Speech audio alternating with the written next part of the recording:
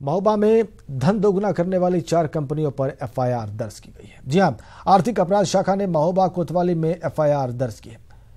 कल्पतरु biotech मैक्सकॉम Holmes private limited पर case हुआ है।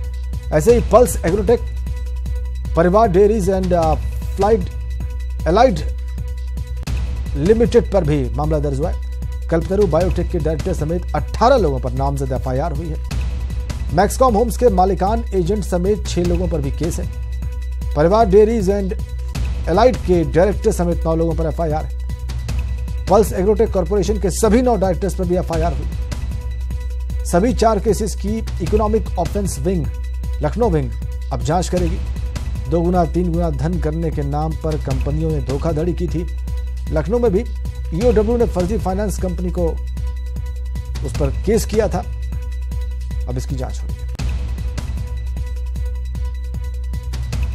फर्जी फाइनेंस कंपनियों पर एफआईआर की खबर जांच करेगी अब इकोनॉमिक ऑफेंस विंग यानी कि ईओडब्ल्यू।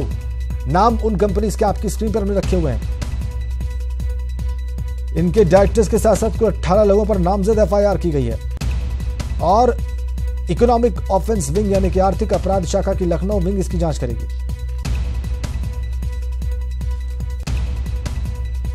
इधर बुलेटिन में बात अब हम करेंगे सीएम के नोएडा दौरे की। आज नोएडा पहुंचकर सीएम योगी वर्षों पुराना अंधविश्वास तोड़ेंगे। अंधविश्वास ऐसा है कि नोएडा जाने वाले मुख्यमंत्री की कुर्सी चली जाती है, वो हार जाता है। लेकिन आज नोएडा पहुंचकर मुख्यमंत्री इस अंधविश्वास को चुनौती देने वाले। आपको बताएं कि सीएम योगी आदित्यनाथ का हेलीकॉप्टर दोपहर बाद नोएडा के बोटेनिकल गार्डन हेलीपैड पर उतरेगा। इस दौरान मुख्यमंत्री योगी बोटेनिकल गार्डन मेट्रो स्टेशन का जायजा लेंगे। 25 दिसंबर को पीएम मोदी दिल्ली एनसीआर वासियों को क्रिसमस गिफ्ट देते हुए दिल्ली मेट्रो की मेजेंटा लाइन का शुभारंभ करेंगे। सीएम वहां तैयारियों का जायजा लेंगे और मेट्रो की नई लाइन में वाईफाई की सुविधा भी है, ऑटोमेटिक प्लेटफॉर्म गेट्स भी होंगे। सीएम बोटेनिकल गार्डन से ओखला पक्षी विहार भी जाएंगे।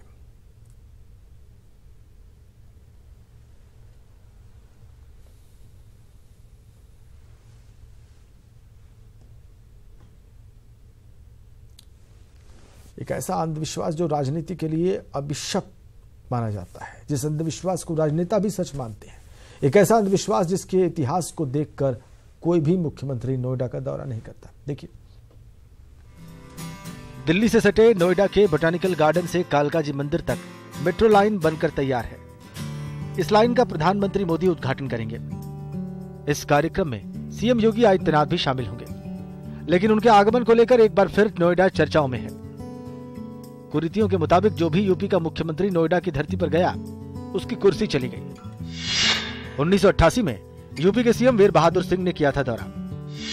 1989 में यूपी के सीएम नारायण दत्त तिवारी ने किया था दौरा।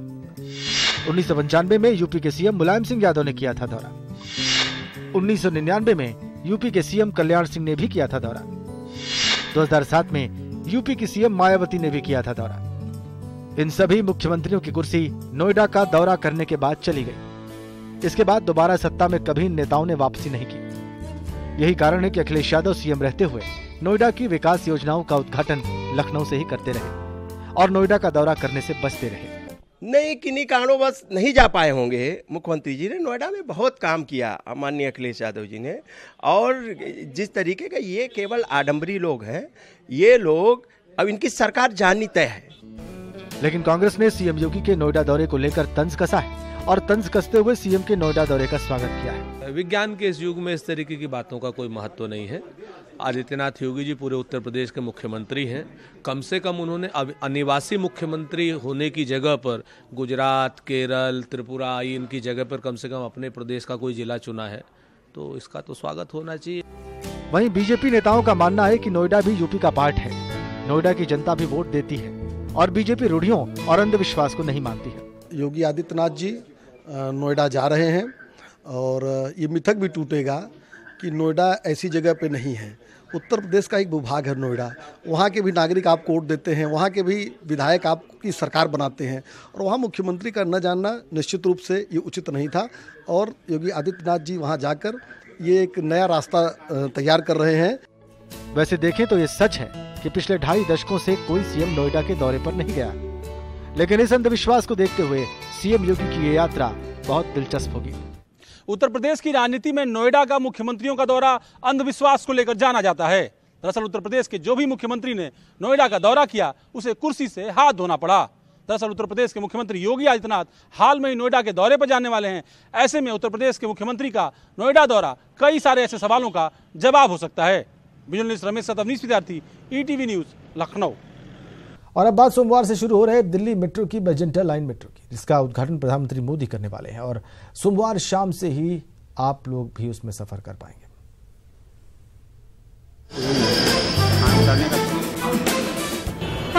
ये शानदार तस्वीरें दिल्ली NCR के लोगों के सफर को और आसान बनाने वाली मैजेंटा लाइन मेट्रो की हैं, जिसे सोमवार को प्रधानमंत्री मोदी हरी झंडी दिखाने वाले हैं।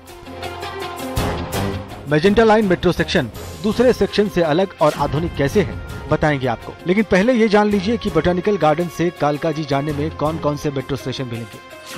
सबसे पहले बोटेनिकल गार्डन मेट्रो स्टेशन, उसके बाद ओखला बर्ड सेंचुरी, उसके बाद कालिंदी कुंज, उसके बाद शाहीन बाग, उसके बाद ओखला विहार, उसके बाद जामिया मिलिया इस्लामिया, उसके बाद सुखदेव विहार, उसके बाद ओखला NSIC और आखिर में कालकाजी।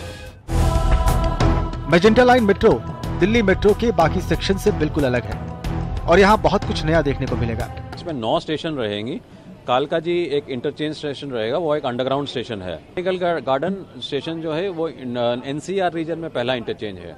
इससे जो मेन पब्लिक को एडवांटेज रहेगा, शॉर्टर डिस्टेंसेस और कम किराए में आप ट्रैवल कर सकते हैं। अब जानिए क्या है मैजेंटा लाइन मेट्रो सेक्शन की खासियत। मैजेंटा लाइन में प्लेटफॉर्म और ट्रैक के बीच सेंसर शीट लगी है। मेट्रो आने के बाद ही प्लेटफॉर्म और ट्रैक के बीच लगे सेंसर शीट खुलेंगी। मैजेंटा लाइन पर टोकन के लिए अलग से 5 वेडिंग मशीनें लगाई गई हैं। मैजेंटा लाइन के प्लेटफॉर्म पर इमरजेंसी सर्विस के लिए भी काउंटर बने हैं। सुरक्षा के लिहाज से प्रत्येक कोच में 4 CCTV कैमरे लगाए गए हैं। मैजेंटा लाइन के मेट्रो में हर कोच के बाहर भी 2 CCTV कैमरे लगे हैं। 3 रंगों की चेयर के साथ हर कोच में 40 से 50 लोगों के बैठने की व्यवस्था है।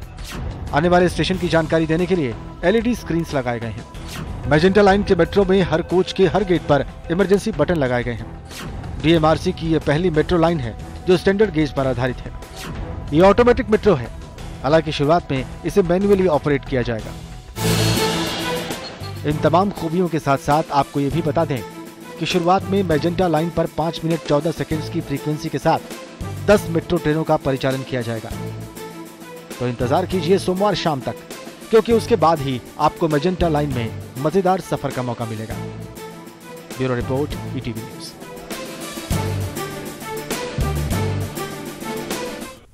मैजेंटा लाइन का ये सेक्शन दूसरे सेक्शन से अलग है। आगे बढ़ते हैं। पूर्व प्रधानमंत्री चौधरी चरण सिंह की आज 115वीं जयंती है। इस मौके पर विधानसभा के मुख्य गेट की चौधरी चरण सिंह प्रतिमा स्थल पर किसान सम्मान समारोह का आयोजन किया गया। कार्यक्रम में CM योगी आदित्यनाथ ने किसानों को सम्मानित भी किया। इस मौके पर उन्होंने कहा कि यूपी का किसान अगर खुशहाल होगा तो देश भी खुश रहेगा।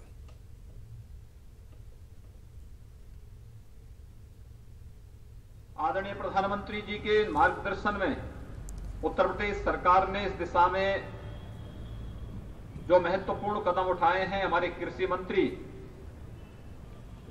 श्री सूर्य प्रताप शाही जी ने आप सबके सामने कहा कि पिछले 9 महीनों के दौरान पहली ये सरकार है जिसने उत्तर प्रदेश के किसानों को लगभग 70,000 करोड़ रुपए से अधिक की धनराशि किसानों को उपलब्ध कराने में अपना योगदान दिया है। हम सबका मानना है कि हमारा किसान भाई संतुष्ट होगा, खुशहाल होगा तो पूरा समाज खुशहाल होगा, और उत्तर प्रदेश के अंदर किसान खुशहाल होगा तो पूरा देश खुशहाल होगा। इधर बागपत में मुख्यमंत्री योगी के दौरे को लेकर तैयारियां पूरी हो गई है। रमाला मिल के बराबर मुख्यमंत्री योगी आदित्यनाथ के कार्यक्रम के लिए भव्य पंडाल लगाया गया है और भव्य मंच सजाया गया है। मुख्यमंत्री के कार्यक्रम के लिए सुबह से लोगों का जमावड़ा लगना शुरू हो गया था। CM योगी रमाला चीनी मिल के अपग्रेडेशन का शिलान्यास करेंगे, साथ ही कई अन्य योजनाओं का भी शिलान्यास करेंगे। लखनऊ के IT कॉलेज की B.Ed की परीक्षा निरस्त होने के बाद आज छात्राओं ने प्रशासनिक भवन का घेराव किया। गुस्साई छात्राओं ने VC से मुलाकात करके अपनी बात रखी, लेकिन अभी तक उनकी मांगों को माना ही नहीं गया है। छात्राओं का आरोप है कि आपसी लड़ाई में हमारे भविष्य के साथ खिलवाड़ किया जा रहा है। बीएड की परीक्षा आज 2 बजे होने वाली थी। आपको बताएं कि विश्वविद्यालय ने प्रथम और तृतीय सेमेस्टर की परीक्षा पर रोक लगा दी थी। विश्वविद्यालय का कहना है कि कॉलेज ने सभी दाखिले नियमों को दरकिनार करके किए हैं। वहीं इस फैसले से कॉलेज में 10 साल में हुए करीब 600 बीएड दाखिलों पर भी खतरा मंडरा रहा है। सर एक्चुअली आज हमारा पेपर है और सर अचानक से इनका केस कुछ चल रहा है आपस में, कुछ 50% बीएड की सीट्स लेनी थी बट सर इन्होंने नहीं लिया हमारे आईटी कॉलेज ने। तो सर इसमें हम लोग की पता नहीं क्या गलती, उन्होंने हम लोग को एग्जाम नहीं देने दे रहे एंड सर हमारे जो 32nd ईयर में सर वो भी वही सफ़र कर रहा है। सर उसमें हमें ये समझ बस नहीं आ रहा सर इसमें बच्चों की क्या गलती। पूरे मामले पर लखनऊ विश्वविद्यालय के वीसी एसपी सिंह का कहना है कि बीएड प्रवेश के लिए यूपी सरकार का आदेश है कि जितने भी विश्वविद्यालय प्रदेश में हैं वो एक ही प्रवेश परीक्षा से एडमिशन लेंगे, लेकिन आईटी कॉलेज में मानक के अनुरूप प्रवेश नहीं लिया गया। एडमिशन है स्टेट लेवल एडमिशन, वो ऑनरेबल सुप्रीम कोर्ट के ऑर्डर के तहत होता है और उसके तहत एडमिशन की पर्टिकुलर डेट फिक्स है। उस डेट के अतिरिक्त आगे एडमिशन नहीं जा सकता, ये डेट उसकी निर्धारित है। उससे पहले सारा एडमिशन होना चाहिए और ये भी निर्धारित है कि एडमिशन किस प्रक्रिया के द्वारा होगा, उसके मानक क्या होंगे। उन मानकों को राज्य सरकार ने तय किया है उसके निर्देश पर। उस मानक में बीएड का प्रवेश का एक सीधा आदेश उत्तर प्रदेश सरकार का है कि जितने भी विश्वविद्यालय प्रदेश में हैं उनके सभी विश्वविद्यालयों के और उनके महाविद्यालयों के बीएड के प्रवेश उसी परीक्षा के माध्यम से होंगे, कोई और माध्यम परीक्षा का नहीं होगा। आईटी कॉलेज ने जो एडमिशन लिया है वो सीधे एडमिशन लिया है, इसमें राज्य सरकार की तरफ से कोई एडमिशन नहीं लिया गया। इसमें 2 तरह की छात्राएं मेरे पास आई थी। एक वो छात्राएं थी जिनका 1 का एडमिशन है, अभी एडमिशन जिनकी पहली परीक्षा होनी है, और दूसरी वो छात्राएं थी जिनका 3rd सेमेस्टर होना, जिन्होंने साल भर दे लिया है। यानी 17-19 की भी छात्राएं मेरे पास आई थी और 16-18 की भी छात्राएं हमारे पास आई थी, 1 साल जिन्होंने पढ़ लिया है। अभी हमने जो जांच की है, जो निर्णय दिया है, वो इस वर्ष जिनका प्रवेश उन्होंने लिया है उन पर दिया है। अभी पिछली वर्ष जो उन्होंने 16-18 में प्रवेश लिया है उस पर हमने अभी कोई जांच नहीं की है। उनकी जो परीक्षा है वो होने जा रही है और उस पर एक निर्णय हम अभी लेने जा रहे हैं कि उनकी परीक्षा में हमें क्या करना है। इसी बीच में एक बड़ी खबर हमें मिल रही है। गैंगरेप मामले से जुड़ी हुई 4 दोषियों को आजीवन कारावास की सजा सुनाई गई है। पीड़िता की मां भी कोर्ट में मौजूद थी। जज सविता दुबे ने फैसला सुनाया है। घटना के 52 दिन बाद फैसला आया है। जिंदा रहने तक जेल में रहेंगे दोषी। भोपाल गैंगरेप मामले में बड़ा फैसला। जज सविता दुबे का 4 दोषियों को आजीवन कारावास की सजा सुनाई गई है। भोपाल गैंगरेप मामले में जब तक जीवित रहेंगे ये दोषी तब तक उन्हें जेल में रहना होगा। इस गैंगरेप ने देश को हिला के रख दिया था, देश की चेतना को चोट मारी थी और 52 दिनों में फैसला आ गया इस मामले में। घटना के 52 दिन के बाद फैसला आया है। जिंदा रहने तक 4 दोषी, 4 अपराधी जेल में रहेंगे। बड़ी खबर।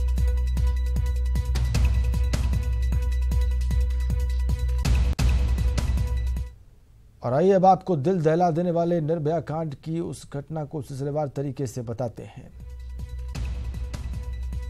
31 अक्टूबर कोचिंग से घर जाने के लिए स्टेशन लौट रही थी छात्रा। हबीबगंज आरपीएफ चौकी से महज 100 मीटर की दूरी पर घटना हुई।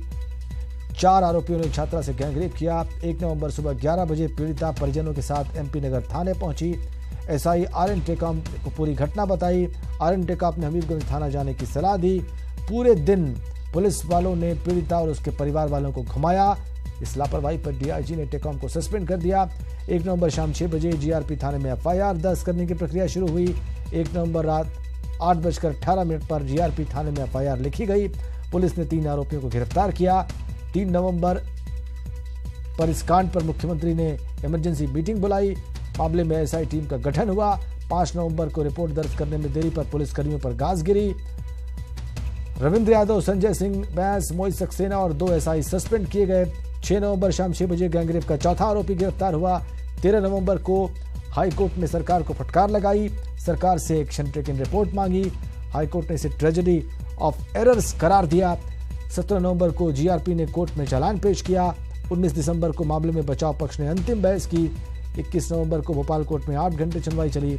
22 नवंबर को भोपाल गैंगरेप कांड के बाद महिला सुरक्षा से जुड़े कानून में बदलाव पर चर्चा तेज हुई।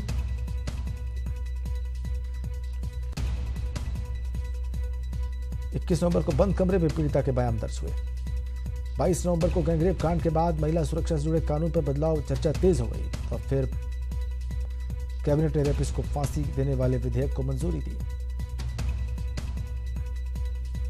और बुलेटिन में बात पॉजिटिव इंडिया की। बाराबंकी के किसान राम शरण वर्मा की माने तो 2017 किसानों के लिए फायदेमंद रहा है। किसानों का ऋण भी माफ हुआ है और फसलों का अच्छा पैसा मिला है।